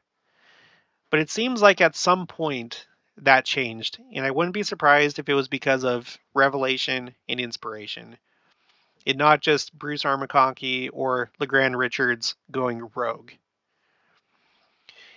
So let me read this next one. This is from A New Witness for the Articles of Faith by Bruce R. McConkie. He says, there is something mysterious and fascinating about believing the 10 tribes are behind an iceberg somewhere in the land of the north, or that they are on some distant planet that will one day join itself with the earth, or that the tribe of Dan is in Denmark, the tribe of Reuben is in Russia, and so forth. A common cliche asserts, if we knew where the lost tribes were, they would not be lost. True it is that they are lost from the knowledge of the world. They are not seen and recognized as the kingdom that they once were. But in general terms, their whereabouts is known. They are scattered in all the nations of the earth, primarily in the nations north of the lands of their first inheritance. Okay, then we go forward to 1997. This is President Nelson, but at the time he's in the Quorum of the 12 Apostles. The July Ensign of 1999, the name of the article is called The Exodus Repeated. All right, he says, many instructive parallels exist between the Exodus from Egypt of the Israelites under Moses and the Exodus from the United States of the Latter-day Saint pioneers under Brigham Young. We can learn much from these stalwarts of ancient and modern Israel. Later on in the article, he says, generally, historical sketches and pageants have portrayed well what the pioneers did, but only a few writers have delved deeply enough to explain why. Even fewer have reported the similarities between the pioneer trek and the exodus from Egypt. An obvious likeness is that both groups had their inland sea of salt water and a Jordan River. But there are many other significant similarities. Ancient Israel and modern Israel are linked arm in arm. And then later in fact, now I'm doing it like this, where I'm separating paragraphs like this for clarity's sake. So later in the article, the Israelites gratefully celebrated their exodus from Egypt. The Latter-day Saints commemorated their exodus with the establishment of the world headquarters of the restored church in the tops of the mountains. All celebrants acclaimed their deliverance by God. See Jeremiah 23, verses 7 through 8. So this is what that says. Therefore, behold, the days come, saith the Lord, that they shall no more say, the Lord liveth, which brought up the children of Israel out of the land of Egypt. But the Lord liveth, which brought up and which led the seed of the house of Israel out of the north country, and from all countries whither I have driven them, and they shall dwell in their own land. Okay? And he makes no mention of the 10 lost tribes in that article, and uses that scripture to describe the pioneers in the modern church. Okay, 2006. This is Dallin H. Oaks. All Men Everywhere. April General Conference. At the time, he's in the Quorum of the 12. The Lord not only manifests himself to all nations, he also commands that they write his words. Know ye not that the testimony of 2 nations is a witness unto you that I am God, that I remember one nation like unto another. Wherefore I speak the same words unto one nation like unto another. For I command all men that they shall write the words which I speak unto them. For behold, I shall speak unto the Jews, and they shall write it, and I shall also speak unto the Nephites, and they shall write it, and I shall also speak unto the other tribes of the house of Israel, which I have led away, and they shall write it, and I shall also speak unto all nations of the earth, and they shall write it. Furthermore, the Book of Mormon teaches that All of these groups will have the writings of the others. We conclude from this that the Lord will eventually cause the inspired teachings he has given to his children in various nations to be brought forth to benefit all people. This will include accounts of the visit of the resurrected Lord to what we call the lost tribes of Israel, and his revelations to all the seed of Abraham. The finding of the Dead Sea Scrolls shows one way this can occur. So, if Dallin H. Oaks, in those of his time, it wouldn't just be him, but if the church, if he was talking in the context of the main group and their prophets bringing their scriptures with them, he would not have said this, because that theory says that they are going to come and deliver their scriptures to the church, like actual people that have archived their scriptures. They're going to have copies of those scriptures, and when they come from their hidden place, they will physically hand it over to the church. But Dallin H. Oaks, he says, the finding of the Dead Sea Scrolls shows one way this can occur, which implies that they're not a main group anymore. Otherwise, he wouldn't have said that. He would not have said that, because that would have contradicted that fact if it was a fact. Okay, I'm going to skip this. I have something from Joseph F. McConkie. It's kind of long. I'm not going to read this. I have it here just because he's the son of Bruce R. McConkie, and so I feel like this doesn't necessarily so much come from him, so much as it comes from what Bruce R. McConkie probably taught him. So, for example, well, let's just read kind of like this first part. Question. This seems to suggest that the lost tribes are lost spiritually rather than physically. Would that be correct? Answer, yes. They are lost in the same sense that the children of Israel were lost when Moses went to them. Not in the sense that they have no knowledge of their longitude or latitude, that they cannot find them on a map, or that they cannot find a road that will lead them back to civilization. They are lost in the sense that they do not know what promises were made to their fathers. They do not know the saving truths of the gospel of Jesus Christ, and they do not know where the truth is to be found. Question. There certainly seems to be a lot of confusion about the return of the 10 tribes. Is the gathering of Israel and the return of the 10 tribes event, okay, and the return of the 10 tribes one event or two? Answer. The gathering of Israel is one thing, stated Elder Bruce R. McConkie, his father. The return of the 10 tribes is to a specified place is another. And Moses gave to men in our day the keys and power to perform both labors. Ah, dang it. In Millennial Messiah, this is another one that I need to get. Elder McConkie refers to this distinction as there's going to be a time when the land of Israel is going to be set up the way that it was when the land was initially divided among the tribes, that they're going to be brought back. Anyway, I'll have to read that some other time. Gosh dang it. I wish I would have put that in here. Question. Relative to the return of the 10 tribes, what are we to understand about the promises that their prophets will lead them? Answer. Again, Elder McConkie has responded. Their prophets, who are they? This is probably from Millennial Messiah that he's quoting. So this is a quote from Bruce R. McConkie. Their prophets, who are they? Are they to be holy men called from some unknown place and people? Are they prophets unbeknown to the presiding officers of the only true and living church upon the face of the whole earth? Perish the thought. The president of the church, who holds the keys to lead the 10 tribes from the nations of the north, wherein they now reside, holds the keys of the salvation of all for all men. There are not two true churches on earth, only one. There are not two gospels or two plans of salvation, only one. There are not two competing organizations, both having divine approval, only one. Is Christ divided? God forbid. Their prophets are members of the Church of Jesus Christ of Latter-day Saints. They are stake presidents and bishops and quorum presidents who are appointed to guide and direct the destinies of their stakes and wards and quorums.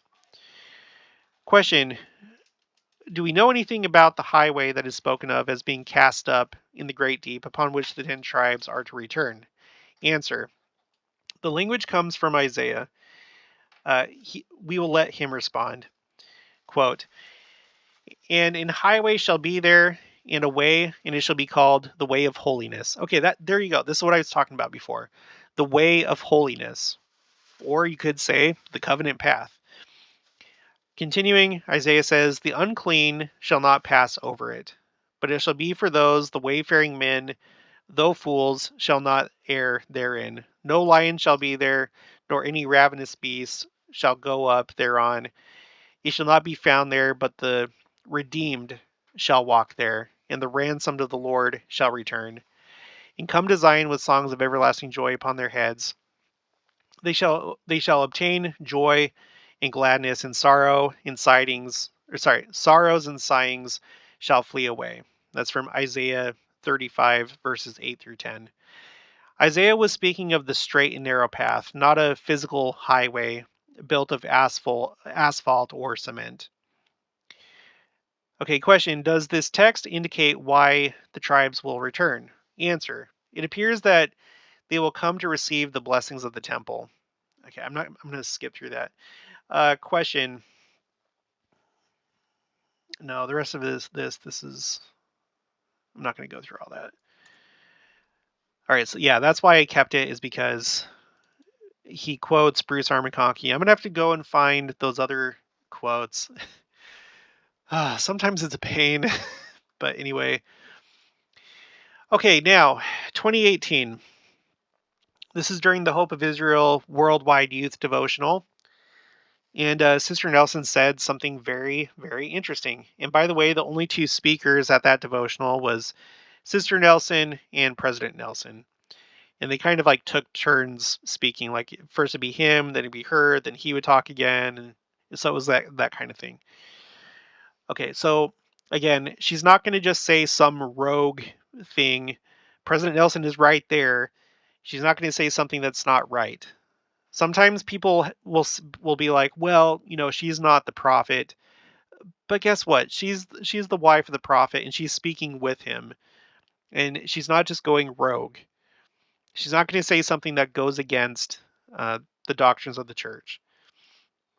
Okay, she says, we often talk about living in the latter days. We are, after all, Latter-day Saints. But perhaps these days are more latter than what we ever imagined.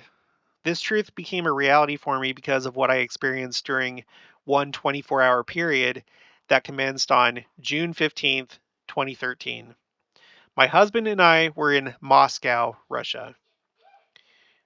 Right, so this is where I'm getting my idea from.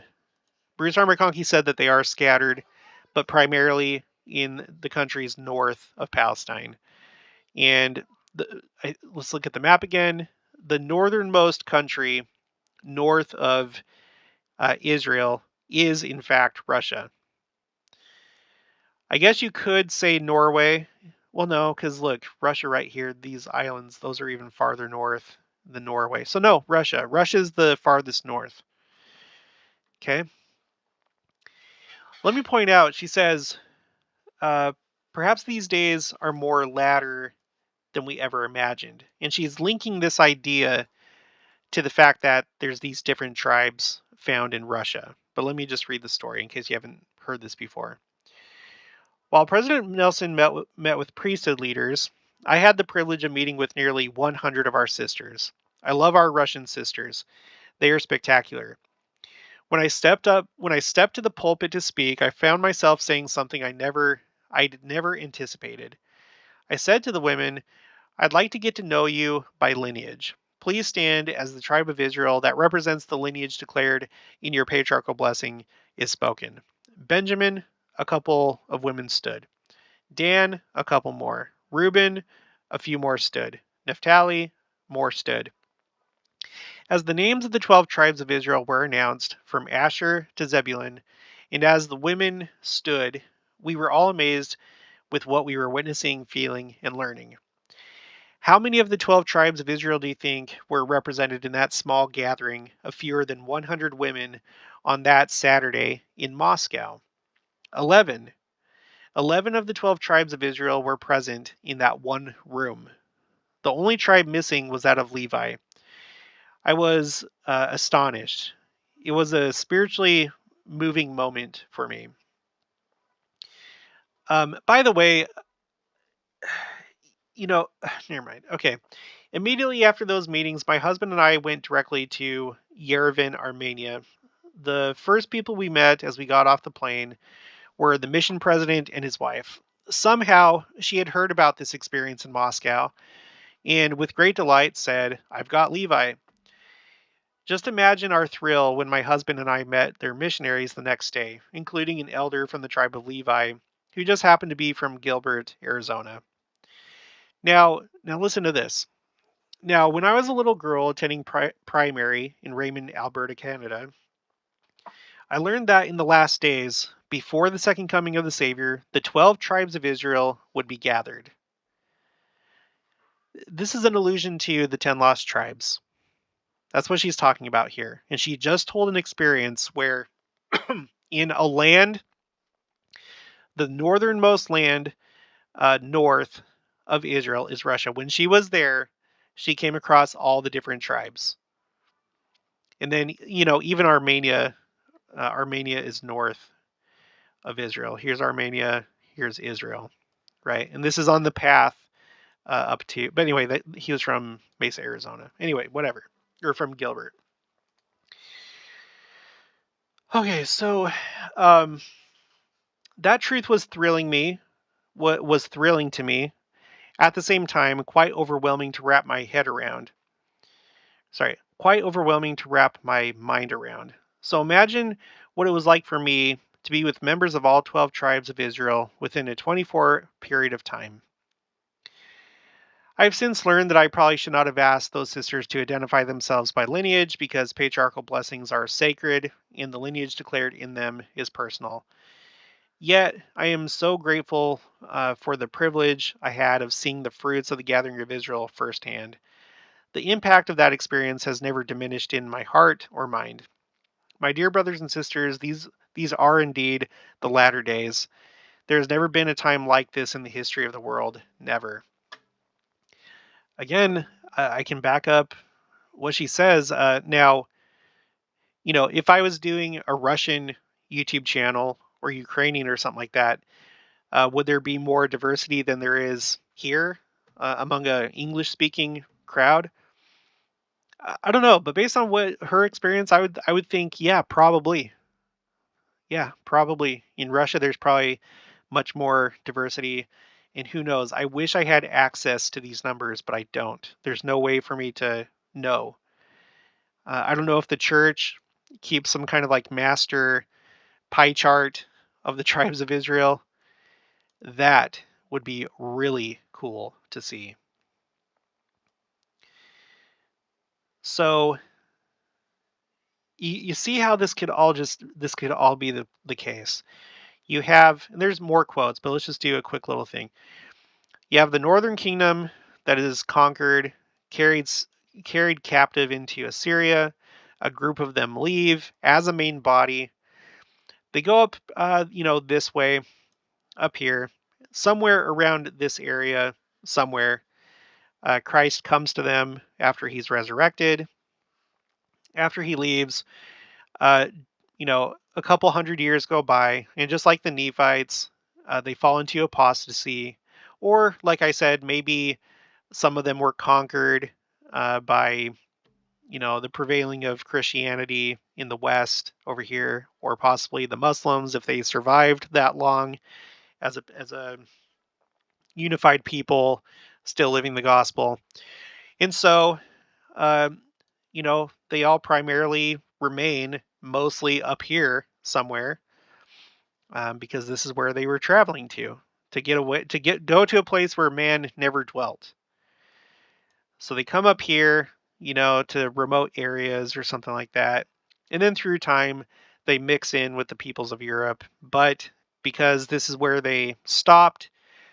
There's a lot of diversity in this area. It's not too hard to picture, and so when we're talking about the leading of the tribes, the first phase, having them come to Zion, that happened during the days of the pioneers and the early days of the church. And from that time, we've been going for scattered Israel all throughout the world. Da da da da da. And then, where probably the bulk of the 10 lost tribes are in this part of Europe, uh, it finally gets unlocked because of the fall of the Soviet Union. And now you're able to have a story like what Sister Nelson told, where being in Moscow, she comes across 11 tribes, right? And these people are now going down the covenant path, or the highway cast up out of the sea, whatever, the straight and narrow path. I think that makes a lot more sense to me than a group being hidden under the ice in Greenland or inside the earth or coming from outer space. And it seems to be supported by all these recent statements. Now, here's one from Elder D. Todd Christofferson, April 2019 General Conference, a talk called Preparing for the Lord's Return. He says, an underlying effort in building Zion is the gathering of the Lord's long dispersed covenant people. We believe in the literal gathering of Israel and the restoration of the 10 tribes. All who repent, believe on Christ, and be baptized are his covenant people. The Lord himself prophesied that before his return, the gospel would be preached in all the world to recover his people, which are of the house of Israel. And then should the end come. Jeremiah's prophecy is being fulfilled. Okay? It is being fulfilled. Currently, he's not saying, okay, but we still have to wait for some future time when the 10 lost tribes come out from their hiding place. But then he quotes Jeremiah's prophecy. Jeremiah's prophecy says, therefore, behold, the days come, saith the Lord, that they shall no more say, the Lord liveth, that brought up the children of Israel out of the land of Egypt. But the Lord liveth, that brought up the children of Israel from the land of the north, and from all the lands whither he hath driven them. And I will bring them again into their land that I give unto their fathers. He says right here, Jeremiah's prophecy that we just read is being fulfilled currently. Take the highlight off of this. All right, the next one. Also in 2019, October General Conference. Okay, this is footnote number 2 in Reuben V. Aliad's talk called Found Through the Power of the Book of Mormon. And he is a member of the 70. Okay, footnote 2. In its broadest sense, the scripture account for prophecies that speak of the gathering of the lost tribes of Israel. In its broadest sense, the scriptures account for prophecies that speak of the gathering of the lost tribes of Israel. Even though they are lost, they are not lost to him. Also, it is interesting to note they don't realize that they are lost until the time they are found, especially when they receive their patriarchal blessing. Just flat out. The lost tribes, they don't realize that they're lost until the time that they are found, and when they receive their patriarchal blessing. Okay, and then we have this quote from Brad Wilcox. I need to fix this. I think it's Bradley R. Wilcox. Brad Wilcox, LDS. Yeah, Bradley R. Wilcox. Sorry, this is an older quote that's been on here for a while. Bradley R. Wilcox. At the time, second counselor in the Young Men General Presidency. He is currently the first counselor as of right now, but you can find this on YouTube. I have the link for it here. You'll have to come to my...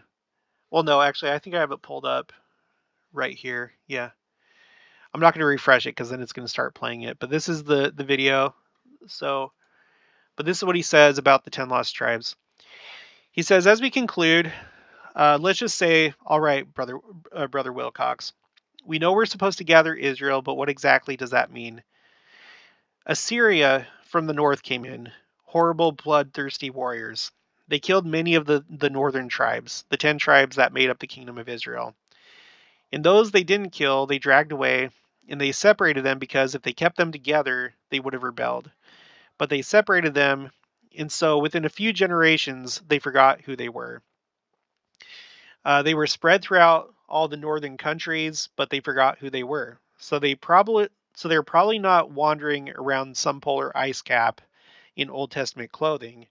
They're lost because their posterity don't know who they are.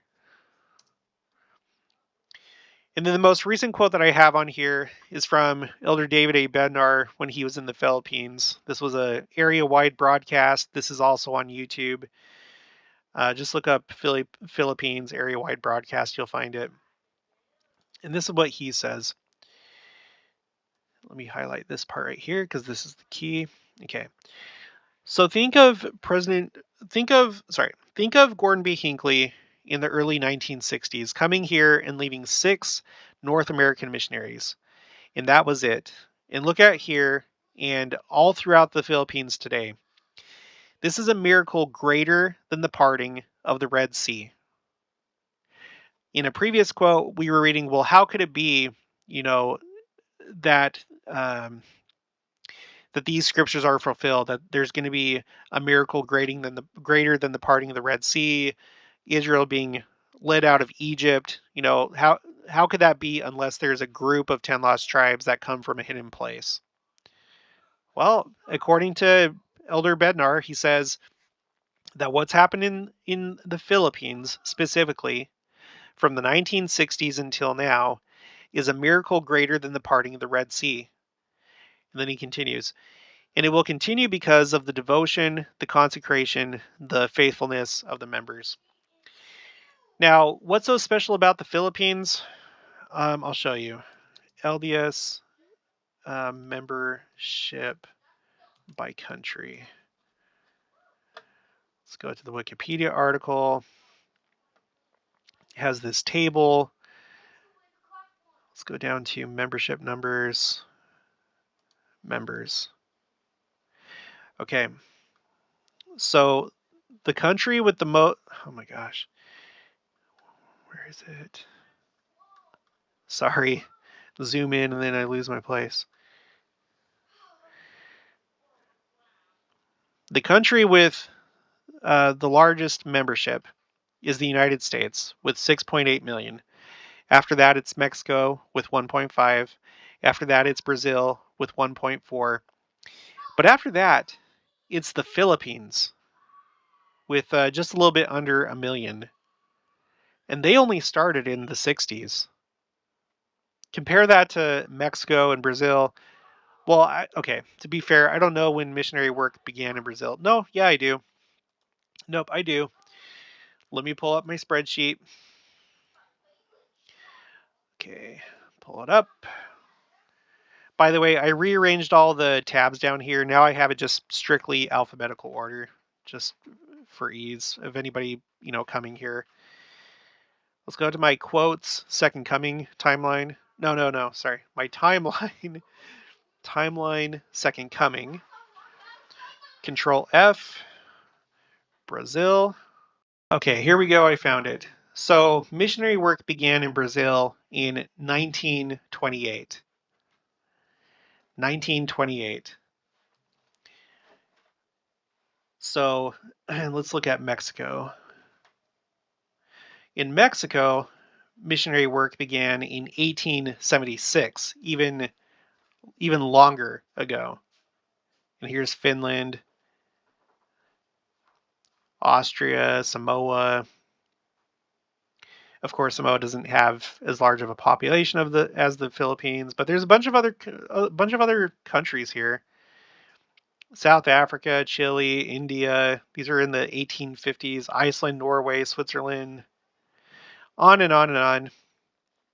But the Philippines is at the number 4 spot, only having started in the 60s. That is quite the miracle.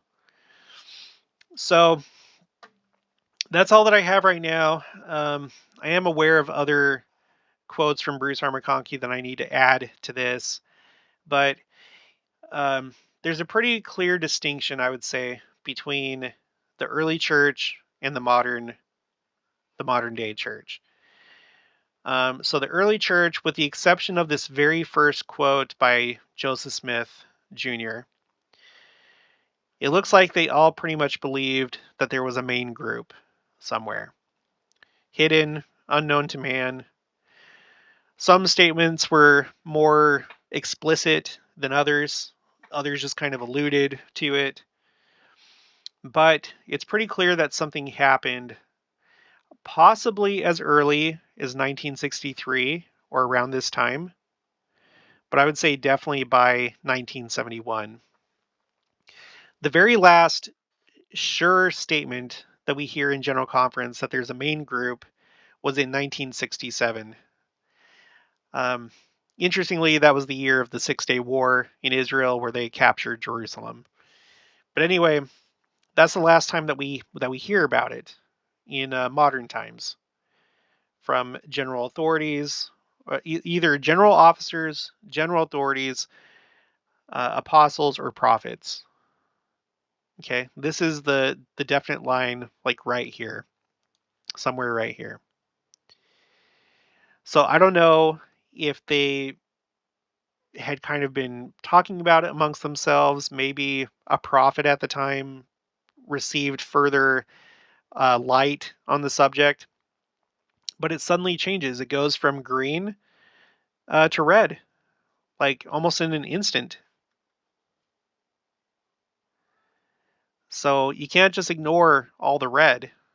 I know that it's really fun to think that there's a hidden group somewhere. That's fun to think about. It's fun to think about them advancing in technology. It's fun to think about, oh, maybe this Earth is more mysterious than what we thought. There's a hollow Earth, or whatever. But you have to take all the facts into consideration, and you have to remember what's been said in the scriptures about line upon line, precept upon precept. So this is my best understanding at this time, is what I presented to you. If you're aware of any other quotes, please don't put it in the comments. Please email it to me. It's just, for some reason, it's easier for me to keep track of things that way. So send me an email if I missed anything, and then I'll add it onto here. Make sure that it's a source that can be verified. I don't just put things on here that I can't go to the original source. So if you have something, just send me what you have, the best that you can. But if you're able to, please find the actual source that you can find on the internet. If you cannot find it on the internet, fine. Provide me with, the book, the page number, the conference talk, whatever. Okay? And we'll just keep going, and we'll keep filling this out. But this is what has been said that I know of. Okay, well, that's going to be it for this one. So if you haven't already, please make sure to subscribe, like this video if you liked it, leave your thoughts and opinions down in the comments below.